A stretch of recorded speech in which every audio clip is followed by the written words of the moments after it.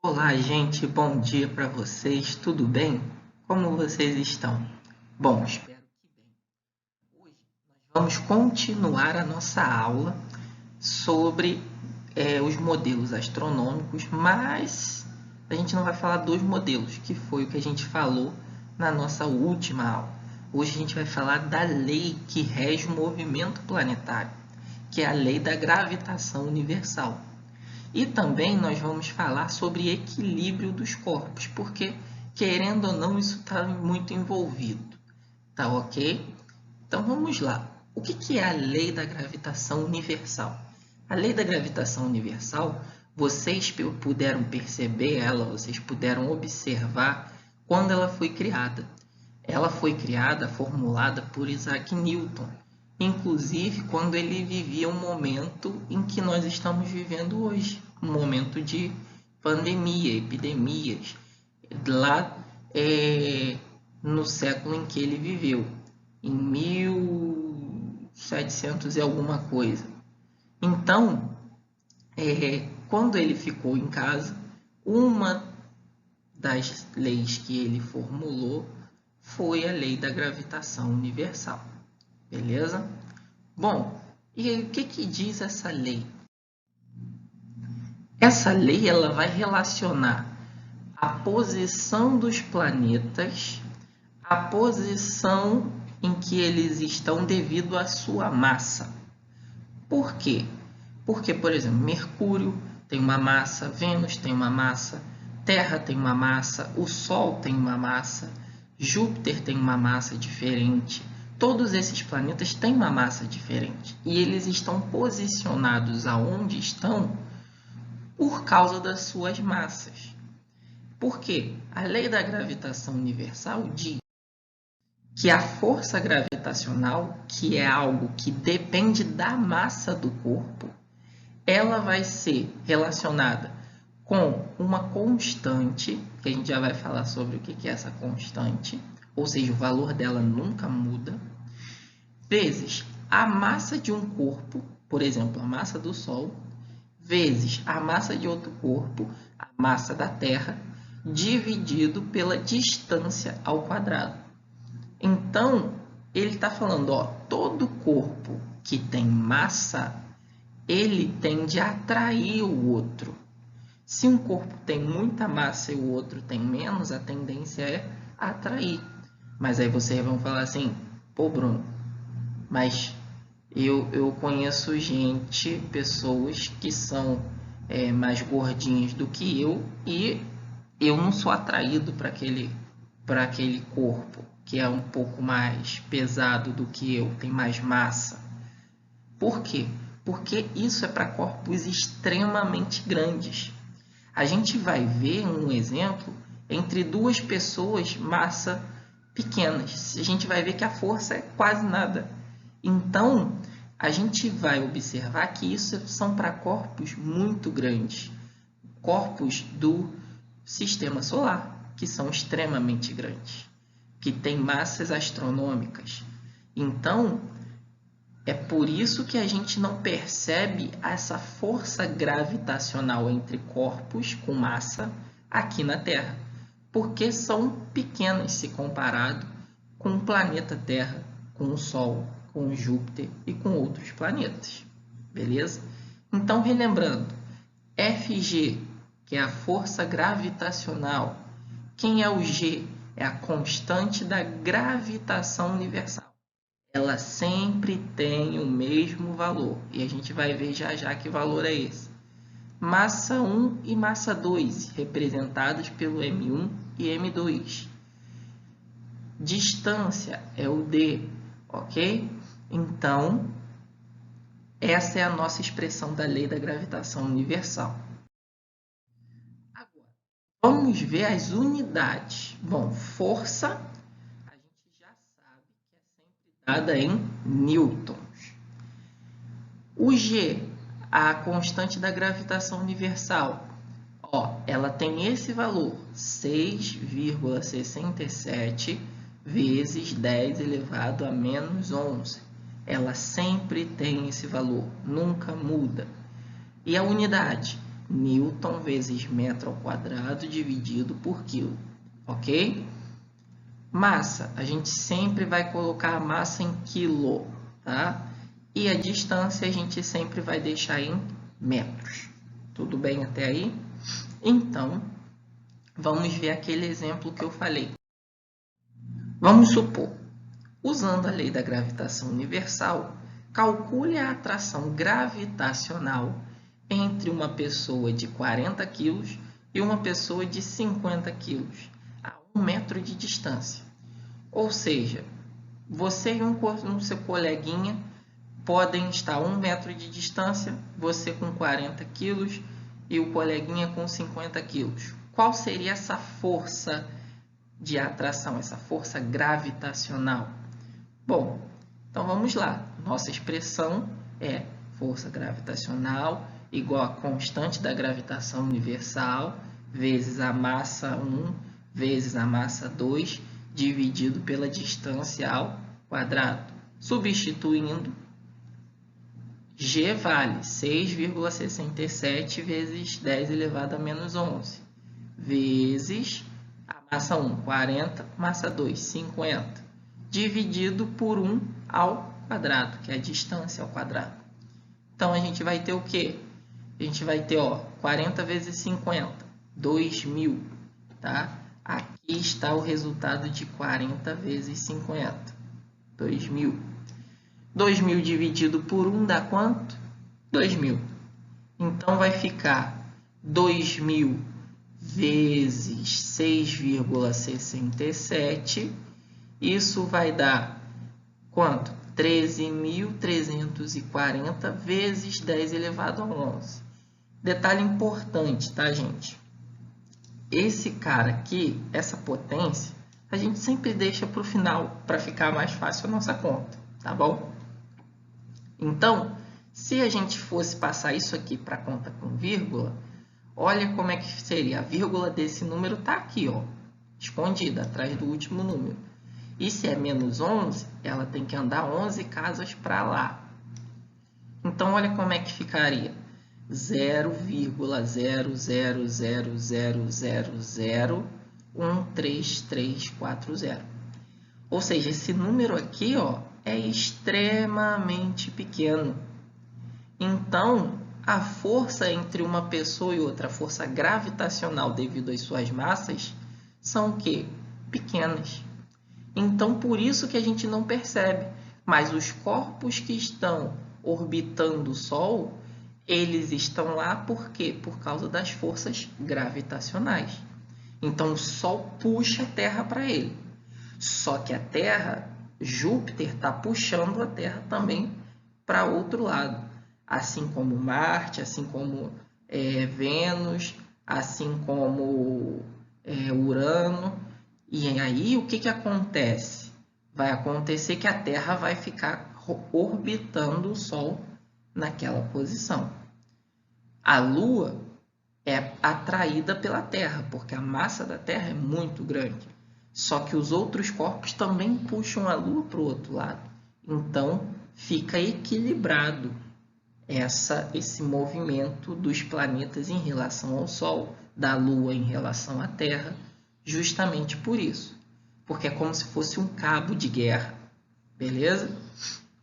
Bom, mas a gente tocou agora no assunto equilíbrio. Então, é disso que a gente vai falar agora. Ah, não, perdão, desculpa. Esqueci de uma informação muito importante. Qual a informação? Da luz.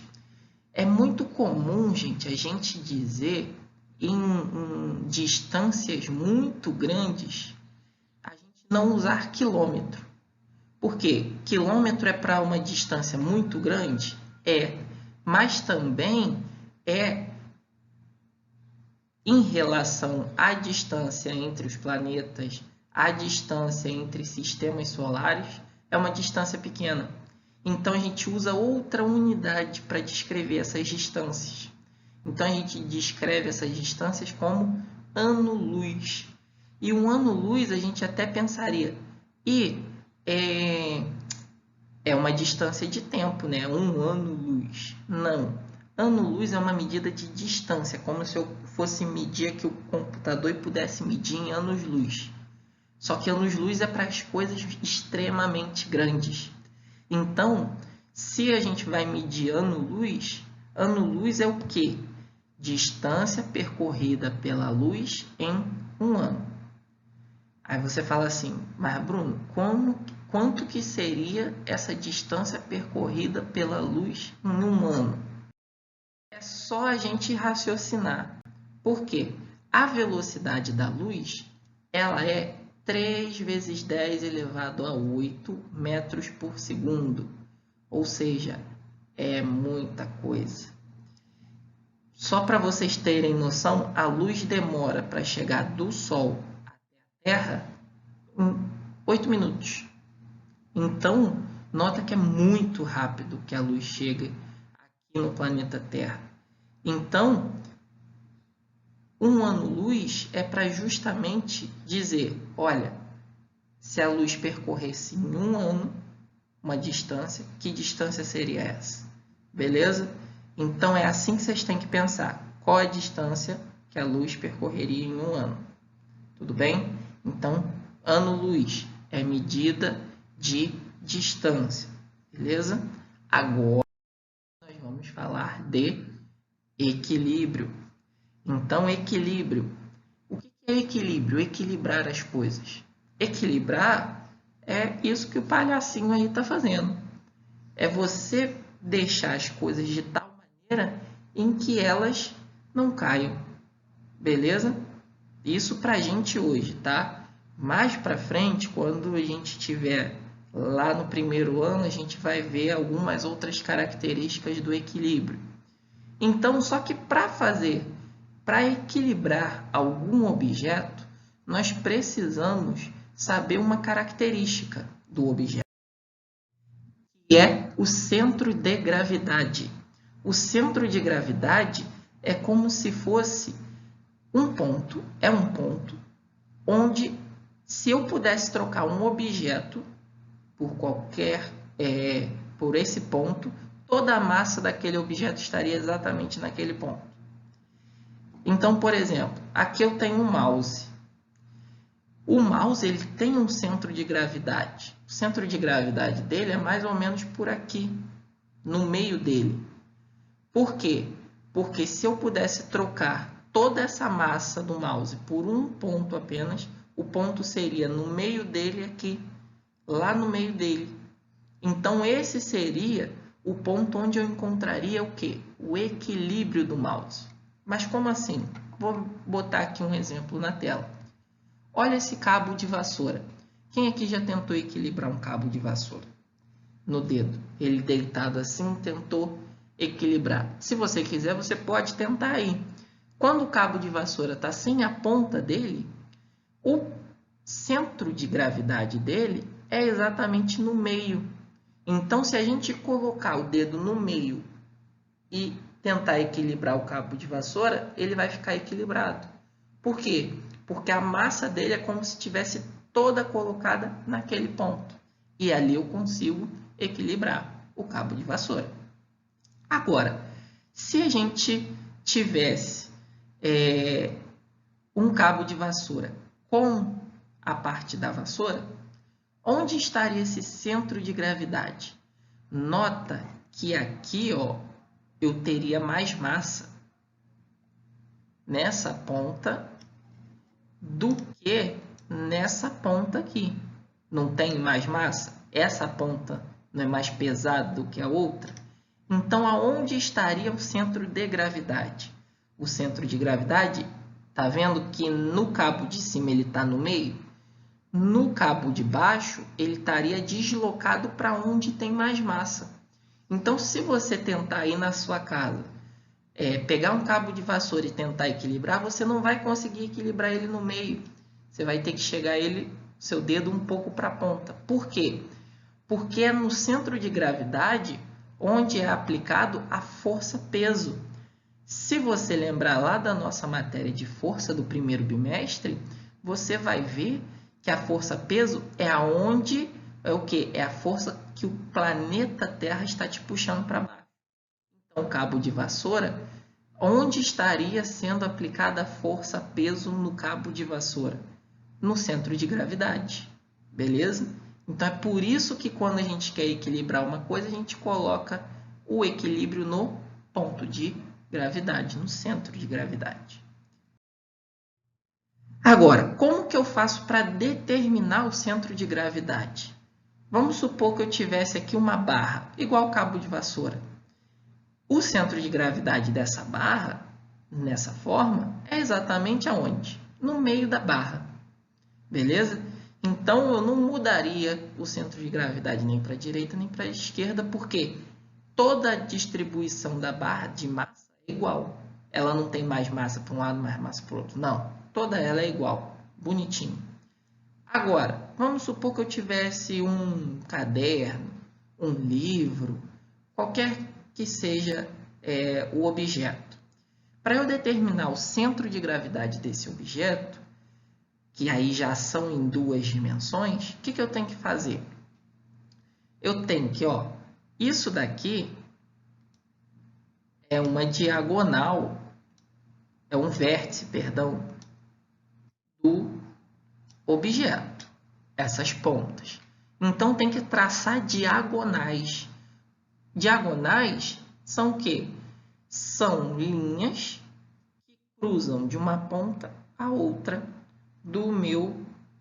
da minha figura geométrica, beleza? E aí, olha só, eu traço uma diagonal e traço a outra diagonal. Aonde elas se cruzam, esse vai ser o meu centro de gravidade, tudo bem? Então, para qualquer figura geométrica, eu tenho que fazer o quê? Traçar diagonais para determinar o centro de gravidade. E aonde as diagonais se cruzam, ali é o meu centro de gravidade. Tudo bem? Beleza? Bom, mas vamos ver um exemplo conhecido que intriga muita gente? Por exemplo, a Torre de Pisa. Vocês podem ver que a Torre de Pisa está inclinada. E por que ela não cai? Por causa de um detalhe muito importante, que está relacionado com o centro de gravidade. Vamos observar, vamos tirar a Torre de Pisa dessa paisagem e observar ela de perto. Bom, a Torre de Pisa, ela parece um retângulo deitado, né? Um retângulo em pé, perdão. Se a gente traçar, se a gente fizer o centro de gravidade dela, onde vai estar? Centro de gravidade dela está ali, no amarelinho, no ponto amarelo. Então, se a gente observar esse centro de gravidade, a ponta da Torre de Pisa, ela está onde? Está aqui, Essa é a ponta dela, a extremidade dela. O centro de gravidade está batendo próximo do meio, entre o meio e a extremidade dela, mais ou menos, beleza? É por isso que ela não cai. Porque para um objeto cair, a extremidade, ela tem que estar antes do centro de gravidade. Como assim? Olha isso aqui. Esse aqui é um exemplo parecido com a Torre de Pisa, mas observa que ela está um pouco mais inclinada. Vamos traçar uma linha reta para ver aonde vai dar essa linha reta? Olha, onde deu essa linha reta verdinha aqui. Deu depois da extremidade. Olha aqui onde ela deu e olha onde está a extremidade. O que isso significa? Significa que o objeto, o centro de gravidade desse objeto, passou o que? A extremidade do corpo. Toda vez que o centro de gravidade, e você pode fazer esse experimento na sua casa, por exemplo, não vai quebrar nada da sua mãe, do seu pai, por favor, tá?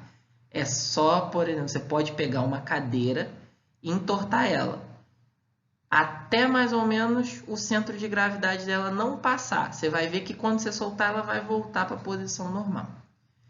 Quando você ultrapassa o centro de gravidade dessa cadeira, da extremidade dela, ou seja, da ponta do pé, o que vai acontecer com ela?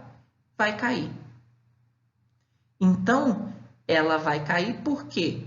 Porque o centro de gravidade passou da extremidade. E toda vez que o centro de gravidade passa da extremidade, da base, o objeto desequilibra e cai.